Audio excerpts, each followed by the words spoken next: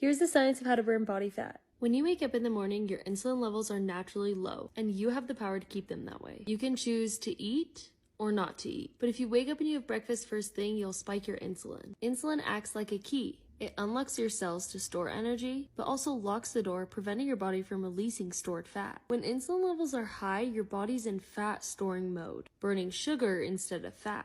However, when you fast for 16 to 20 hours or more, your body shifts into fat burning mode and ramps up its ability to break down stored fat. At this point, your metabolism is primed to keep burning stored fat efficiently. This is why fasting is so powerful. By skipping breakfast, you allow your body to keep burning stored fat for fuel. Even when you break your fast, you can maintain this fat burning state through a concept called nutrient fasting, eating only fats and proteins while avoiding carbohydrates and sugar. By keeping your blood sugar and insulin low, your body stays in fat burning mode. As the saying goes, when insulin is low, the fat's gotta go. So if you start pushing your breakfast back and focus on fueling your body with fats and proteins, instead of those sugars and carbs first thing, your body will stay in a continuous fat burning state. Plus, fats and proteins are very satiating, and you'll avoid blood sugar spikes, feel fuller longer, and eliminate craving. Your next meal, when you do eat carbs and sugar, make sure you eat lots of fiber first to prevent that blood sugar from spiking too much.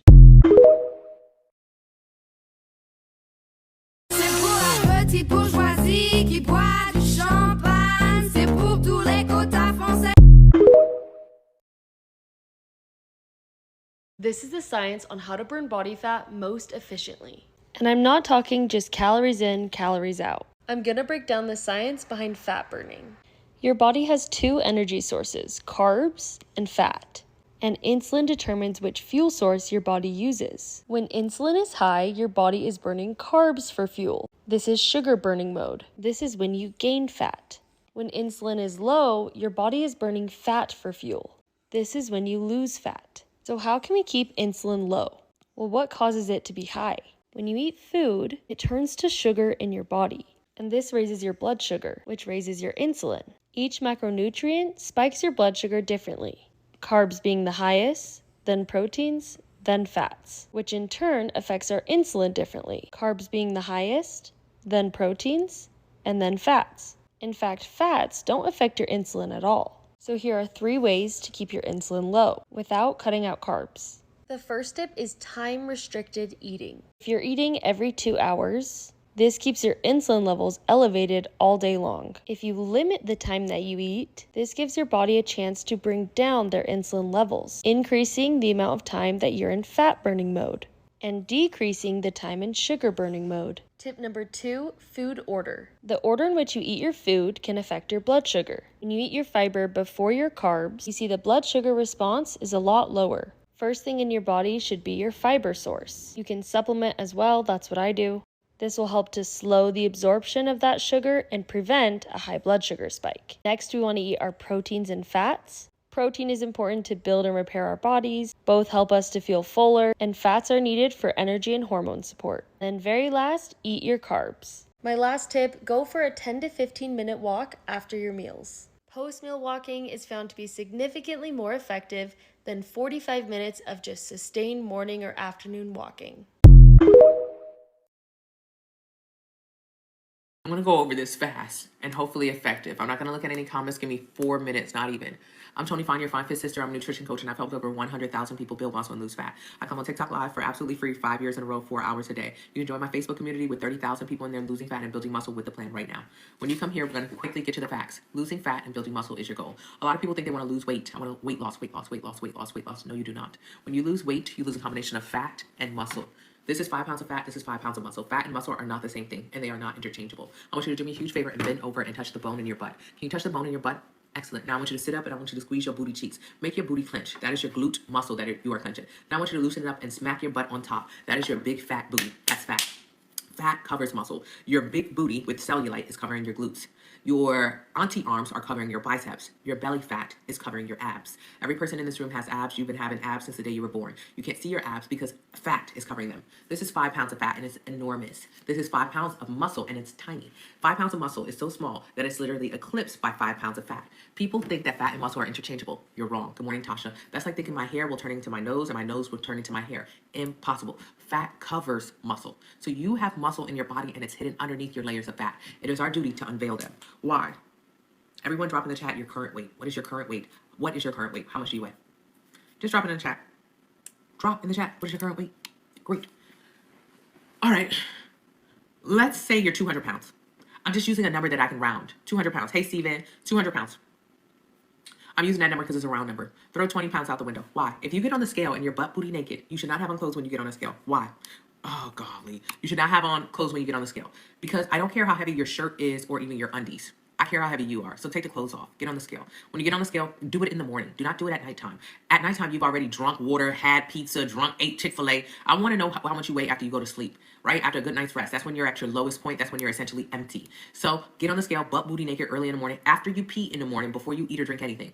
So when you're on the scale, it says you're 200 pounds naked. Great. What does that mean? Nothing. Most of the things that it's measuring in your body, you can't change. You can't tell you can't change how heavy your eyeballs are, how heavy your heart is, how heavy your bones are day to day, how much blood is in your body. So most of the stuff that it measures, you can't even change. So who cares? If you're 200 pounds, throw 20 in the trash. Good morning, Miss Top Notch. Why? 20 is bone, blood, organs. Who cares? I don't care how heavy your heart is. Oh, I got a heavy. I don't care. So put it in the trash. That means you really only 180. 180 of what? You guys, I'm just using these round numbers to make this make sense, to make this a lot simpler for us to understand body fat percentage. It is not about the weight you are. It is about your body fat percentage. That's all that matters. So if you're 200 pounds, throw 20 out the window, you really only 180. How much of your body is muscle? Well, for the average woman, about 100 pounds of muscle.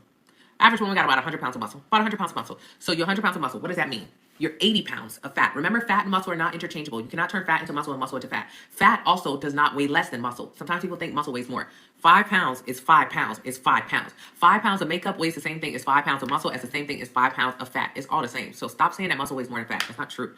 Okay? Muscle is just more dense and it takes up less space than fat. But that's beside the point. If you're 100 pounds of muscle, you're 80 pounds of fat. Is that good? No. That means you have a very high body fat percentage. You have 100 pounds of muscle but 80 pounds of fat. You have a lot of fat covering your muscle. I can't see your muscle because fat's covering it. I can't see your glutes because fat's covering it. I can't see your biceps because fat's covering it. I can't see your abs because fat's covering it. So what you want to do is get rid of the fat. You want to make it more space. You want a lot of muscle and a little bit of fat covering it. So you want 70 pounds of fat, 60 pounds of fat, 40 pounds of fat, 30 pounds of fat. Why? The less fat you have, the lower your body fat percentage. So what does that look like? Meg Thee Stallion, Tiana Taylor, Lori Harvey, think about it. You can see their abs. You can see their shoulder definition. You can see their quads. You can see their hamstrings. You can see their muscles because they don't have a lot of fat covering it. So you do not want to lose weight. Most of us want to lose weight, right? We do diets, fasting, water fast, fruit fast, all this bull crap.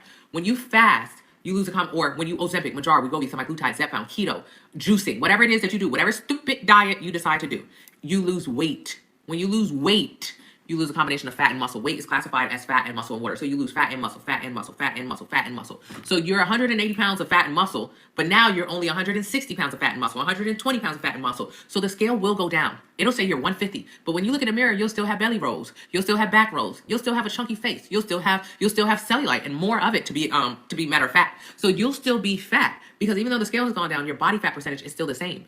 You still got a lot of fat covering muscle because you've lost muscle. So we don't want to lose weight anymore. Please stop saying this. You want to lose fat. This is about fat. So if you want to lose fat, how do we do that? Build muscle. This sounds so weird, but if muscle is the thing that makes us look really, really, really toned and sculpted, then we should want more of it. Get more. If the average woman has 100 pounds of muscle, why can't she have 105, 110, 120, 130, right? Because that will also lower our body fat percentage. If I get more muscle, then I'll have a lower body fat percentage. My body fat percentage will be lower because there's a lot of space in between those two things. This is amazing. This is what you want. A lot of women don't want to say they want more muscle though, right? They feel comfortable saying words like tone and sculpt, but they'll never say build muscle. That seems too masculine. You'll turn into a man.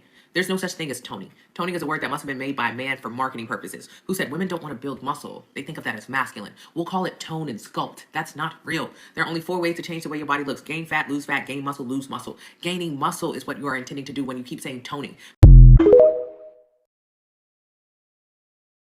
So I'm on this no sugar diet and I'm afraid them bitches are right. I'm afraid these bitches are correct. Not only do you lose weight, but your skin's glowing. You're not bloated. Your waist slurped. I'm sick. This has been the hardest. Mind you, I've only been doing this for maybe 2 weeks, eh? Mind you, fam, I literally had the hardest time because I had the fattest fucking boyfriend. He eats so much sugar. But I swear to God, look at me. My face is not inflamed and puffy, and my period's coming soon too. It's worth it. If you're considering the no sugar diet, just fucking do it, try it. And if you don't see a glow up, then there's bigger problems. This is the laziest way to overcome overeating. Talking no cold turkey, no crazy rules. This is going to work with your body and not against it. I'm gonna give you 5 super easy, lazy things to do. And the 5th one is my favorite. The first one is we're gonna crowd out, not cut out. So instead of saying, I can't have chips and candy, you'll say, I'm gonna have fiber and protein first. This could be like a boiled egg and some veggie sticks or a Greek yogurt bowl. Fiber and protein will help you to feel full and prevent a blood sugar spike from whatever you're going to eat next, which will help to prevent cravings later on. Tip number 2, delay, don't deny. When a craving hits, instead of saying, I can't have it, say, I'll have it in 20 minutes if I still want it. 9 times out of 10, your urge will pass once your dopamine settles. Tip number 3, no eating from a bag or standing up. You can still have your snacks, but put it in a bowl and sit down to eat. This will help you to be more mindful when you're eating. Tip number 4, a glass of water before you eat. Drinking a glass of water before you eat can lower your food consumption by 13% without you even realizing it. Tip number 5, my favorite, eat your favorite bite first. When you start with your favorite bites first, you're less likely to finish your meal because you don't want to end on a bad taste.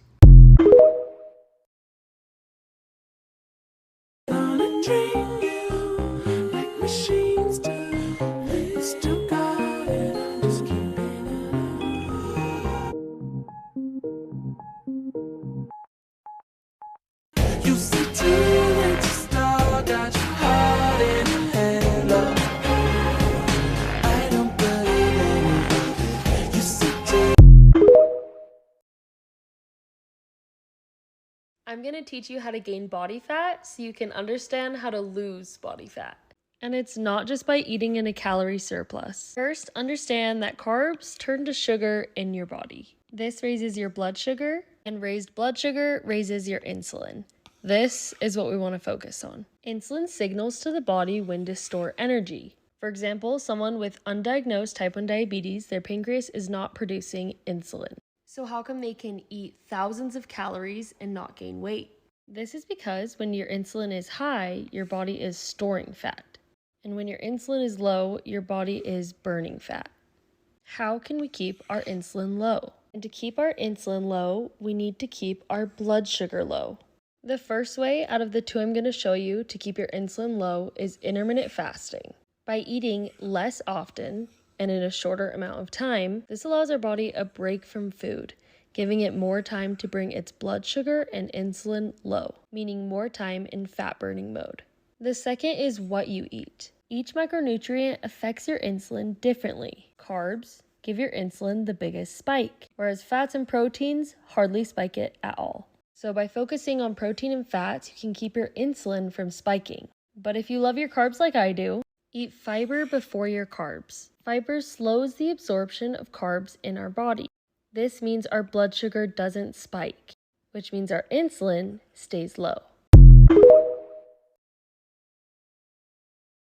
If you are genuinely tired of being built like a Buffalo Big Mac, give me 30 seconds of your time because I'm going to talk about realistic things that you can do as part of your day-to-day health and wellness routine that will actually help you lose the weight. Number 1 is you need to get up and get active. A lot of you guys are not moving your bodies enough. All you're literally doing every single day is sitting and eating. If this means getting up a little bit earlier to get your steps in before work, do that. If it means maybe having a little bit of coffee after work to also get your walk in, do that. Make sure the number of steps throughout the entire day is adding up to over 10,000 steps. 10,000 steps should be the minimum that you should be aiming for every single day if you actually want to see results and if you are just starting your weight loss journey. This is exactly how I was able to lose my first 15 to 20 pounds was just by incorporating walking into my day-to-day routine. Number 2 is cleaning up your diet. A lot of you guys are eating like linebackers and complaining why you don't look like models. The second that you understand portion control, the second that you understand that more whole foods, less processed foods, less sugars will give you the best results. When you also start to eat better, not only are you internally going to feel that much better,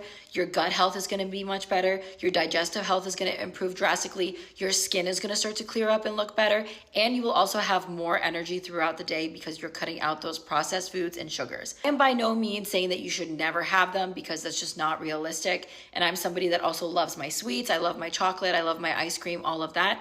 Everything in moderation and everything in smaller portions. A lot of people think that you need to have 3 to 5 meals every single day, but the second that I started to have 2 full meals without incorporating any sort of like artificial crap snacking in between it was when I actually saw results. Change your diet, change your body, change your life. I promise you, when you do these things all together, you will see the results. If you are somebody like me that weightlifting did affect your cortisol levels, which caused you to be really inflamed, hold on to like a bunch of unwanted weight, do Pilates. I switched to doing Pilates 3 times a week, and I've noticed the biggest difference in the way that my body looks. My body looks leaner, my butt looks so much more better, my stomach is flatter, my waist is getting smaller and smaller literally every single session that I do. And overall, I do not feel as inflamed as I did when I was lifting heavy all the time. I still lift heavy once a week, and the max that I lift is literally 20 pounds.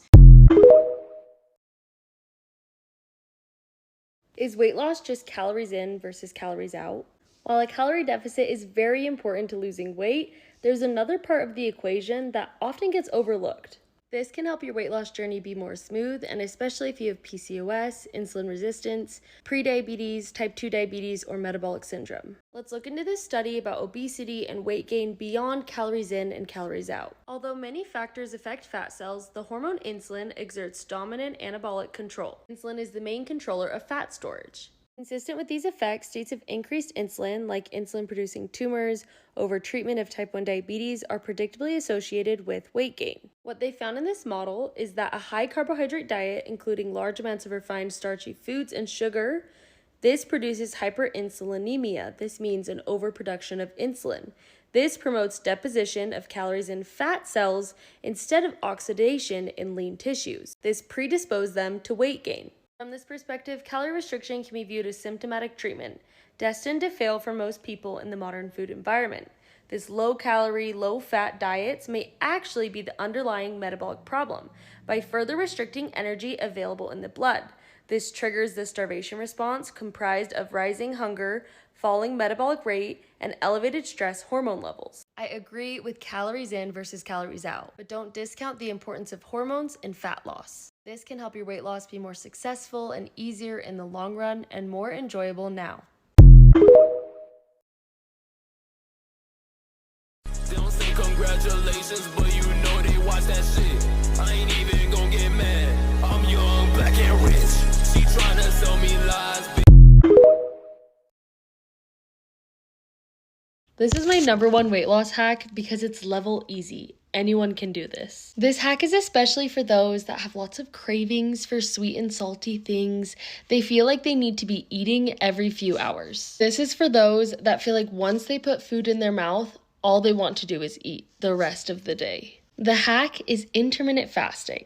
Now, if you've tried intermittent fasting before and you feel like it didn't work or that it was too hard, I'm going to give you the 3 most common mistakes people make while intermittent fasting. How it works is you have a fasting window and an eating window.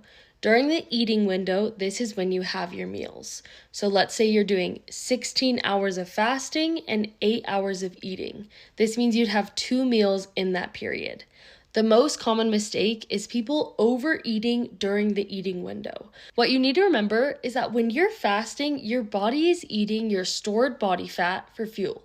So you don't have to make up for that lost meal. The second mistake I've seen is not doing it long enough or consistently. If you try it for 4 days, it was hard, and then you give up, you're not giving your body a chance to get used to using stored body fat for fuel. Your body will become more and more insulin sensitive and efficient at burning your stored fat for fuel. Number 3 is breaking the fast with little things.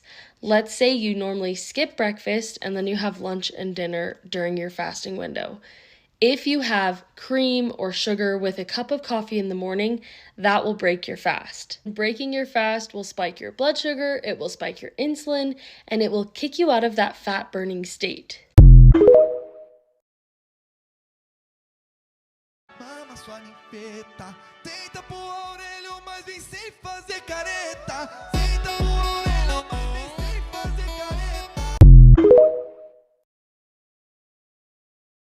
If you're struggling to lose body fat, here's the cheat code for effortless fat burning. You need something called metabolic flexibility. This is your body's ability to switch from burning carbs for fuel to fat for fuel. Only about 12% of American adults are metabolically healthy. So what does it look like if you're metabolically inflexible? Well, you'll have more cravings for sugar and carbs. You'll get energy crashes, more difficulty losing weight. You feel more sluggish in your workouts. You'll have difficulty going for long periods of time without food. This is because your body is stuck in sugar burning mode. But if you're metabolically flexible, this means you can switch between burning glucose, or the food you eat, to burning fat. This means you can go hours without food, and it's okay because you're gonna burn fat when there aren't carbs around. The more flexible you are, the less your body overreacts to carbs. Where others might be stuck in sugar burning after a meal like this, your body will switch back into fat burning more quickly. You'll have better workout performance and therefore better results.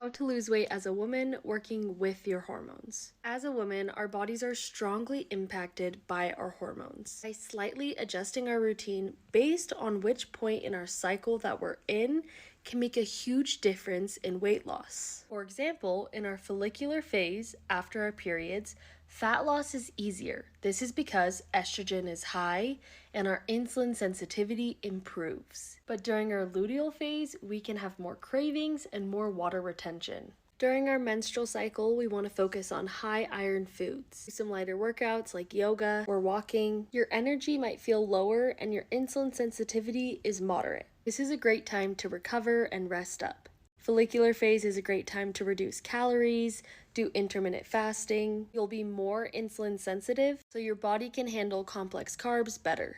And your energy will be high, go on some runs, do some hits, strength train. This is the best time to build your muscle and burn your fat. Now we're in ovulation, get some anti-inflammatory foods and hydrate well. Your insulin sensitivity is still high. Your energy will peak, you'll feel so good and have lots of energy for workouts. But keep in mind, during this time, you're more injury prone. This is due to your ligaments loosening because of estrogen. Now, luteal phase, you might have more cravings for foods like this. Your insulin sensitivity is gonna be lower, meaning we want to increase our fiber, protein, and fat intake. Meals like this will help keep your blood sugar stable. Some high magnesium foods, this will help with PMS. Some moderate intensity workouts like strength training. Avoid overtraining because your fatigue will build easier here. You may feel less motivated during this time. Don't panic. Focus on consistency, not intensity. Let me show you what happened to my friend Aaron's body over a period of 12 months. In this before photo, he was still working out and he was still eating relatively good. In the after photo, he changed one thing. He added fiber before his food. In this before, Aaron is also struggling with prediabetes and fatty liver disease, which most people with these don't realize they have them. And this is Aaron just 12 months later. This is what happened when he started to add fiber before his meals. If you have diabetes or prediabetes, fiber is your friend. It helps with blood sugar control and weight management. It also helps to lower your risk of heart disease and some cancers. If you struggle with diabetes, heart disease, stroke, IBS, mental health, obesity, if you have any of these issues, fiber is essential for your health. And over 90% of the world is deficient in fiber. If you have these issues, make sure you're eating fiber first. And if you struggle to get in dietary fiber, you can supplement. That's what Aaron did. If you want to read more about the supplement that Aaron uses, you can message me or you can click the link in my bio. This is how to turn your body into a fat burning machine. This can help you go from here to here or here to here. First, you need to understand that your body has two fuel sources. The first one is sugar or glucose from the food you eat, and the second is fat. And the hormone that determines which fuel source you're using is called insulin. Whenever you eat food, your body burns the calories it needs immediately and stores the rest in our fat cells. In fact, the average person has over 100,000 calories of fat stored on their body. So how does insulin determine which fuel source to use? When insulin is high, it takes the calories from the food that we've eaten and stores it in our cells for energy. When your insulin is high, your body is not burning calories, it's storing calories. But when insulin is low, it will use your stored calories for fuel. So how can we bring down our insulin? One way is lean muscle. Having lots of lean muscle helps to keep your insulin levels low. But this takes time, so what can you do right now?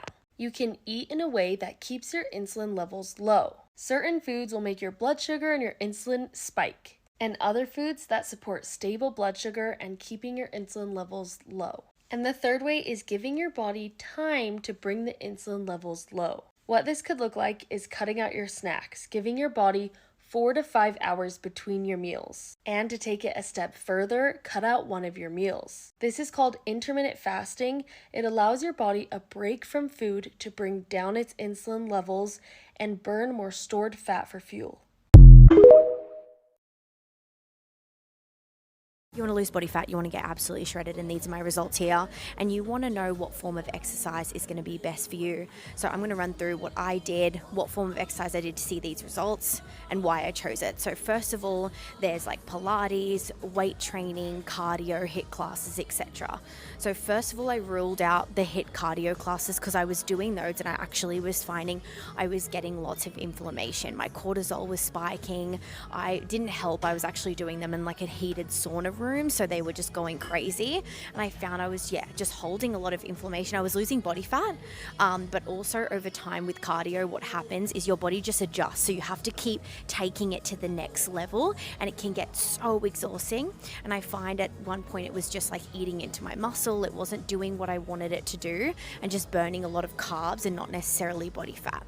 So that's when I completely ruled it out, and I actually started seeing way more results in my body and also how I felt and my inflammation. I can show you a photo of my face looked like when I was in this process as well. It was crazy. So cut out HIIT cardio, especially if you're doing it on an empty stomach. So now I just literally do a walk in the morning and prioritize steps as my cardio, and then do more HIIT cardio with my weights training 2 times a week, which I'll get into.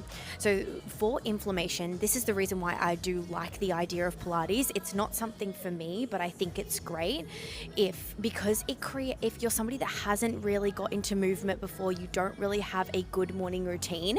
I find that people start having a really big glow up when they do Pilates, because now they have an amazing routine.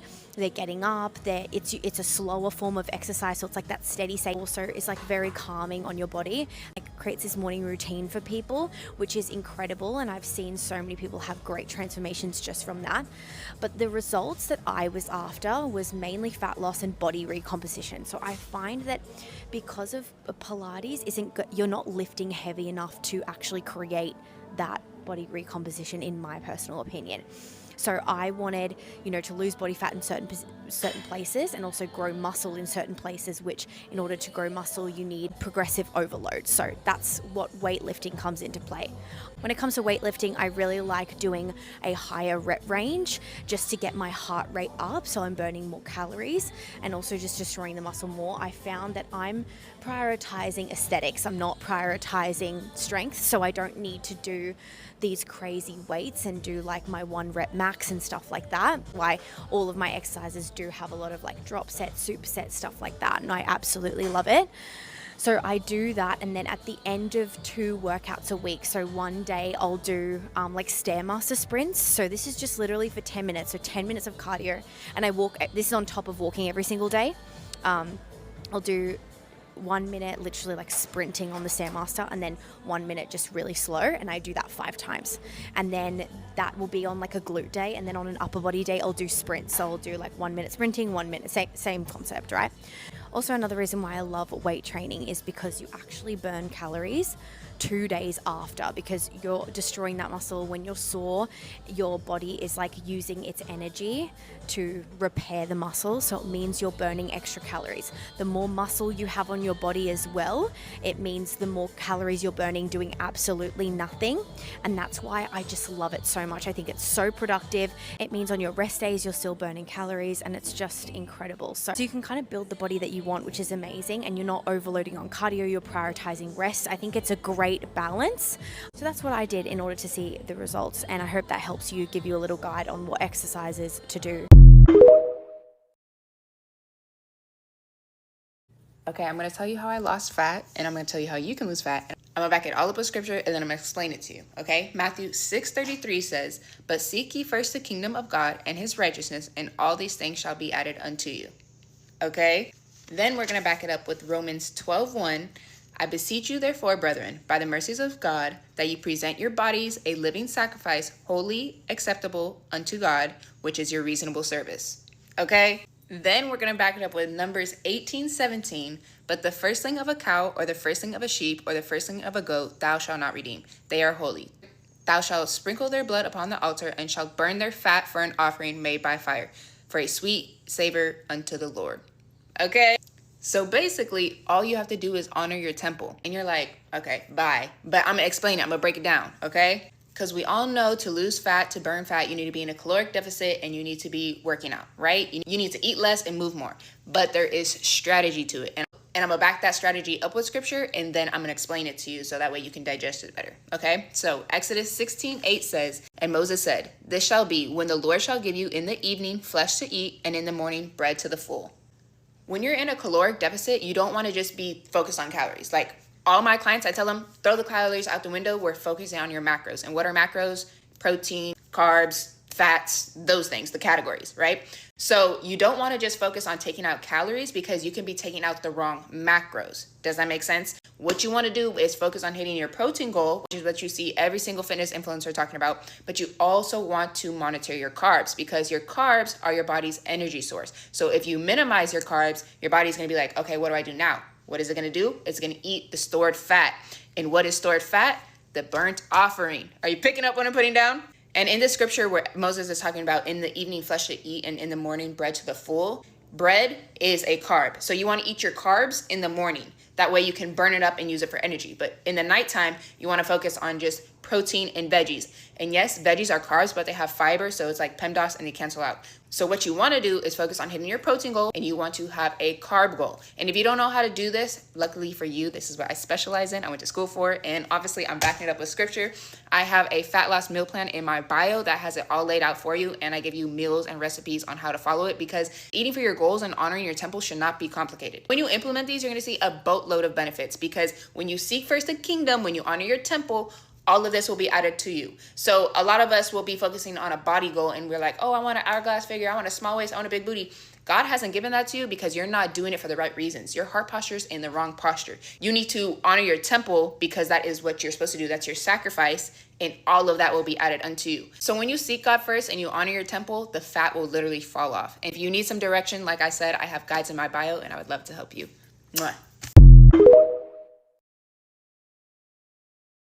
You probably have some really weird habits that you don't even realize are keeping you fat. Here's the ones that kept me fat. Number 1, I would save my best bite for last. And this was like a subconscious habit for my entire life. And I still have to stop myself now, because why am I doing that? Number 2, I had to have something sweet after every single meal. Are you sure you can't just walk out of the kitchen? Is it because you must satisfy every craving immediately? Why? Walk out the kitchen. Number 3, I would order an appetizer, an entree, a drink, and dessert if I ever went out. Literally, I was full after the appetizer. I promise you, you can just ask for a box and take your entree home. You don't have to touch it. Respect your hunger and fullness cues, and you will get skinny. The next thing is, I would keep myself full all of the time. I was so uncomfortable feeling a little bit of hunger that I didn't even let myself feel it in the first place. Anyway, once I stopped these things, the weight just started falling off. So tell me what your weird habits are. Maybe we're doing them and we don't even realize. We gotta get skinny. This is not a joke.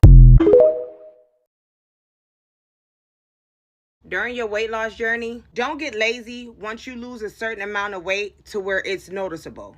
You're not at your goal yet. I understand you're excited, but don't get caught up being overly excited to where you start working towards your max goals. Be excited, yes, applaud yourself, but keep going. A lot of y'all get stuck at a certain weight number because you simply lost a lot of weight to where you and other people can notice and you start to slack. That's not your end goal, so stay focused.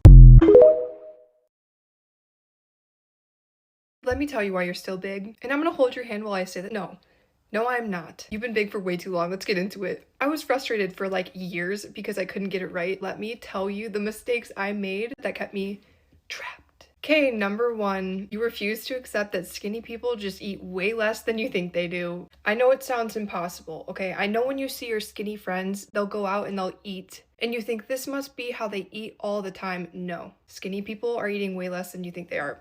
Number 2, you refuse to acknowledge your weird, deeply ingrained habits around food. Think about all the weird little things that you do. Like, do you have to have dessert after every single meal? Things like that. Just weird, deeply ingrained habits. Those are holding you back. Number 3, you still think that your workouts are gonna get you skinny. I know that we believe that hard work is gonna get us to where we wanna be. But the truth is that your workouts are only gonna get you 20% of the way. And number 4, you think that eating healthy means you can eat as much as you want whenever you want. Stop fooling yourself. This is not how it works. We're better than these things now, okay? I say this with absolute love, but if you want to be skinny and you are currently heavier or a lot heavier, or maybe you want to lose, I don't know, it doesn't matter. It doesn't matter the heaviness. If you want to lose weight and be skinny, you cannot listen to these girls who have been naturally skinny their whole life telling you not to worry about the numbers, telling you that like step count is just like whatever, like you shouldn't put so much emphasis on that. Because as a retired big girl, I lost 117 pounds. Anytime I need to be on my shit every day. I need to be on point with my steps, with my food, because guess what? I work a desk job. There's no way in heck, I'm trying not to cuss, that I am going to get my steps if I don't plan out my day and I don't focus on that 10,000. Okay, because there are days where I don't get a workout in. I don't do Pilates, I don't do solid core, I don't do like a little workout that I put together. There are days where I don't do that. So walking is my exercise because I sit all day long. And then also I have to put parameters and be in a calorie deficit because I sit all day long. Guess what? When you're on a computer, and I'm sure many of you can agree with me, when you're on a computer, you get bored. And guess what you want to do? That magic. I have to be on point with that. I have to worry about the numbers.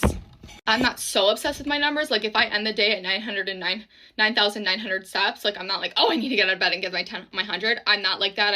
It's whatever. It's 100 steps. I don't really care. But moral of the story is like I do need to worry about these sort of metrics that I've set for myself.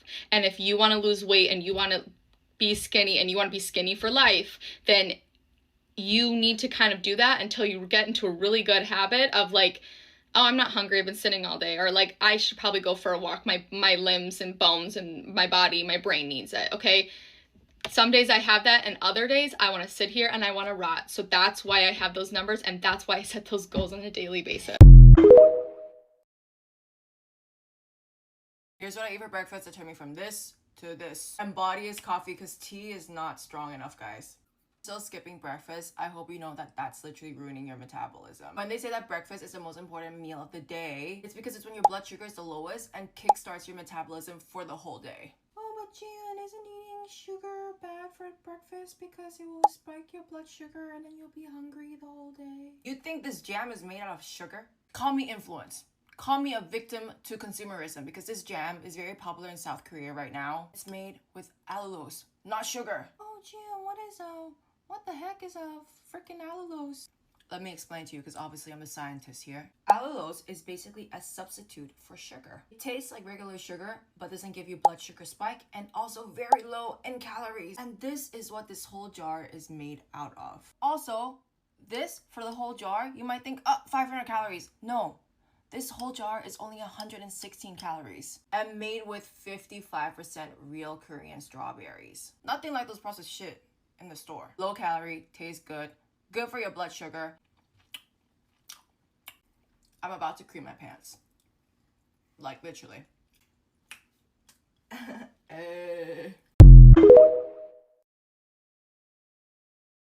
The reason why you are not losing weight isn't because you're broken, isn't because your hormones are out of whack, isn't because you have a slow metabolism, because you're not perfect, because you're big boned, all these random excuses. It is simply because you are not consistent enough and you give up at the first sign of failure. And I understand why you think that way because I was right there with you not too long ago. But once you understand that weight loss was never about being perfect and always about being consistent, you will start to lose weight. I've lost about 15 pounds in 5 months, and 2 of those months, I didn't lose a single pound. Do you know how many times I wanted to quit, how many times I had doubts in my brain saying that I can't do this, that I'm big boned, all these random excuses started to pop back into my brain randomly.